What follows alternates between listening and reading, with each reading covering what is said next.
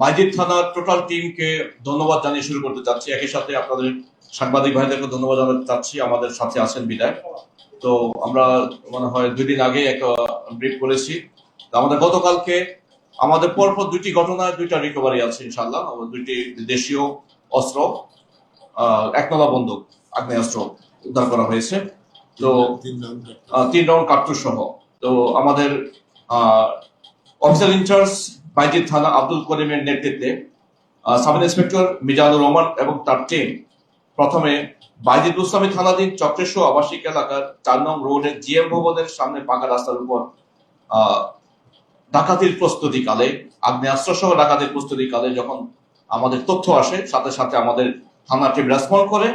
আমরা সেখান থেকে আসামি মোহাম্মদ হাসান ওরফে বি ক্লাস হাসান, 2 নম্বর আসামি মোহাম্মদ মাইনউদ্দিন, 3 নম্বর মোহাম্মদ ইয়াসিন আরাফাত, 4 নম্বর নয়ন, 5 নম্বর আরিপুর সহ এদের কাছ থেকে আমরা টোটাল 2টা দেশীয় তৈরি আগ্নেয়াস্ত্র, 1 বন্দুক উদ্ধার করেছি, সাথে 3 রাউন্ড গুলি, সাথে আছে 1টি চাইনিজ কুড়াল, 1টি চাপাতি, 1টি শক দেওয়ার মেশিন, শারীরিকভাবে শক দেওয়ার মেশিন, ইলেকট্রিক শক মেশিন।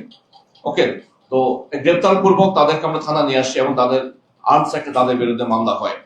আরেকটি ভিন্ন অভিযানে আমাদের সাব ইন্সপেক্টর পুলক চন্দ্র মন্ডল, তার নেতৃত্বে একটি টিম বাইজিদ বুস্তামি থানাধীন রৌফাবাদী আবাসিক এলাকার বাগদাদ হোটেল এন্ড বিরিয়ানি হাউসের সামনে থেকে ডাকাতি প্রস্তুতিকালে দেশীয় অস্ত্র সহ তাদের এখান থেকে আমরা 6 জনকে গ্রেপ্তার করি।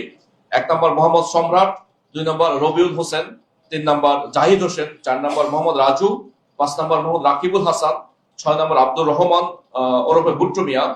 তারপরে এদের কাছ থেকে আমরা 1টি স্টিলের চাপাতি, 2টি স্টিলের ছুরি, 1টি লোহার কাটার মানে তার কাটার মেশিন, 1টি স্ক্রুড্রাইভার আমরা উদ্ধার করতে সক্ষম হই।